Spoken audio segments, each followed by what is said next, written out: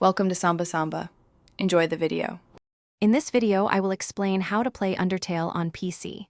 First, you will need to acquire the game. Undertale is available on several popular digital storefronts, such as Steam or GOG.com, for a small one-time purchase. After buying it, simply download the game client.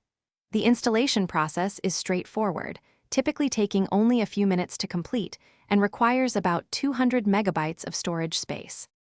Once Undertale is installed, launching the game is simple.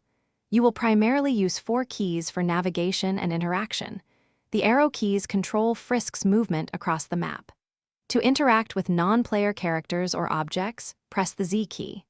The X key is essential for accessing your inventory, checking your stats, or saving your progress at save points.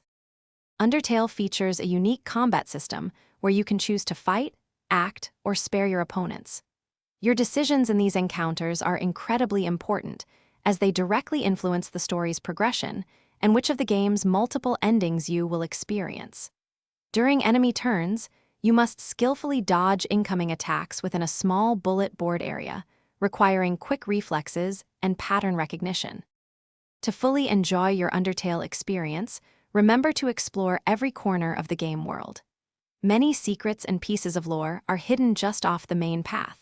Always speak to non-player characters multiple times. They often reveal new dialogue or hints.